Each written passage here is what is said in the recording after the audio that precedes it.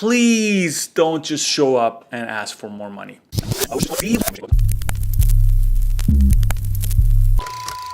My friends, I understand the value of money. I won't lie to you by sitting here and pretending that I don't care about money.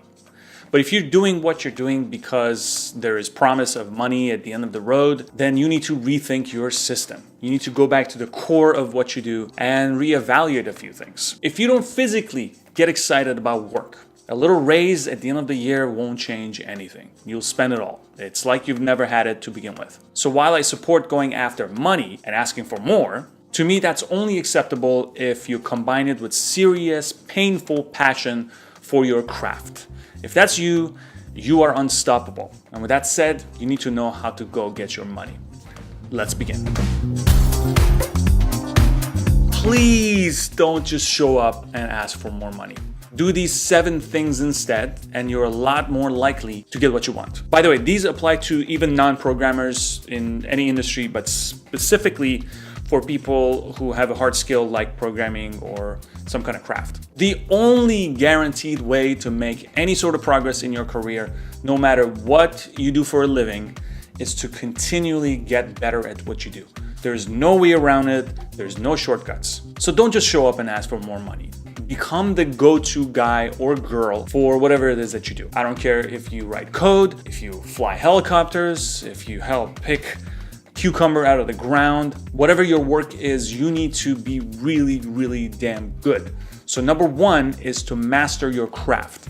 Spend any extra time you have on the subway, on your way to work, Saturday morning before everybody else gets up, right before dinner. I don't care if you have 5 extra minutes. Go deeper and deeper within your domain. Instead of checking Facebook one more time or watching every goddamn episode of every TV show.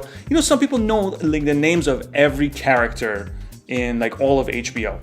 How? Instead, practice your thing a little more. A huge part of being an expert is being a practitioner. It means you practice your art instead of just talking about it. A lot of talkers out there, man. Don't be one of them. Invest in yourself and in your craft. It's the best thing you can do for yourself, short-term and long-term. It's a lot easier to ask for a raise when you're good and you're constantly good and people know you for it. I see a lot of fakers out there on Instagram taking pictures with their whole computer and the coffee thing on the side with like hashtag I love coding. You know, whatever. I mean, if you love coding so much, stop posting the same photo for thousandth time and just go actually write some code. I've done that photo too, by the way, so I'm guilty over here. All right, back to our regular programming. Number 2, specialize. This is huge. You can make okay money if you do several things, but you do them all with like average quality. But let's take a page from the book of Industrial Revolution, my friends, which is specialization is important and necessary and rewarded greatly in today's world. I talk about this all the time, that the Industrial Revolution taught us that we need experts in the world, especially in today's world where experts, like I said, are rewarded greatly because more jobs, particularly in tech and in modern jobs, are highly, highly specialized. Okay, look at it this way. It's the difference between LeBron, who is an extreme example of a specialized expert who does one thing in sport incredibly well, better than anyone else in the world, or your friend Steve, who plays every goddamn sport out there, but he sucks at everything. Nobody cares about Steve. By the way, I'm not a huge basketball guy, so some of you probably don't think LeBron is the number 1 in the world, but calm down. You get the point. I'm not. There's a lot of hate on YouTube. Now, I'm not suggesting that you should become the number 1 in the world, although if you can do that would be cool. I understand that not everybody could, but you should be in the top 10% if you dare to ask for more money than the other 90%. So where do I start? You need to pick a lane and go deep. And it has to be something that you like. Otherwise, you're just not gonna do it. You'll give up because it's too hard. You're really good at CSS?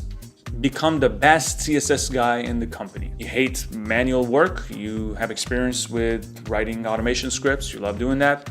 Great. Do it like your life depends on it. You have experience with memory leaks and you're always thinking about the slow apps. Learn everything there is to know about performance. PS, if you don't know what your thing is yet, that's because you haven't tried enough different things. Just expose yourself to more choices within your domain. Don't overthink it. Just pick one that you kind of like and bank on it. Even if it's the wrong choice, you learn something. Trust me, nothing beats practical skills. Go deep. Number 3, this is easy.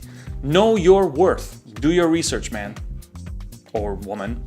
Know how much others are making doing the same thing in your town. If you're below that, then you can go ask for more and provide data. Remember, don't just show up and ask for more money. Provide some data. That's fair. It's hard to argue with that. If you're already above it, then maybe you shouldn't be paid more. If you really, really want more money, then you have to go back to points 1 and 2. You got to add to your arsenal. It's the easiest, most guaranteed way. Number 4, be patient. Play the long-term game. If your job is giving you valuable things other than money, then maybe you need to reassess this whole I want more money thing. Sometimes it's a lot better to get $5,000 less a year and do great work with great people that you care about than to have the extra 5K and be miserable with a bunch of assholes doing something you hate. Damn, that's good. That's really good. I like that. Which brings me to number 5. Surround yourself with talent. You got to surround yourself with really, really good people. You never want to be the best guy or girl at a company. You're a chameleon, you know, the lizard that changes color with its environment. Your surroundings will change you. It's not up to you. It will change you. Make sure it changes you for the better and not for worse. The moment you're the most senior person, it's time to move on.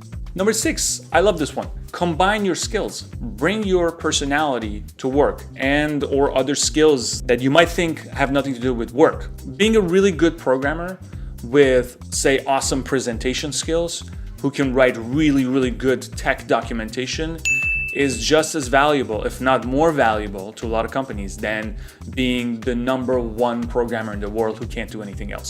I know this is contradicting what I was saying before about specialization, but the point I'm trying to make is that you might be good at other things that could complement your work and make you more valuable. There is always a way to combine skills and use them together to go up. Personally, I've played this card to death, but it's not just me, I see it all the time.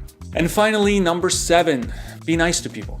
Don't get cocky. You're never too good. This happens to senior guys all the time. And sometimes even worse, it happens to junior guys. Build relationships. It's not just about you and the money that you're after. Focus on giving back too. And I don't mean in a woo-woo crazy way. I mean be helpful and useful to others. And maybe you won't have to fight so hard for your raise anymore. Continue to add value, and sooner or later, the reward itself will inevitably come your way. My friends, the idea is to improve yourself continually, given these 7 tips. And instead of having to go fight for your rights, you make people, force people, almost guilt people to come to you instead.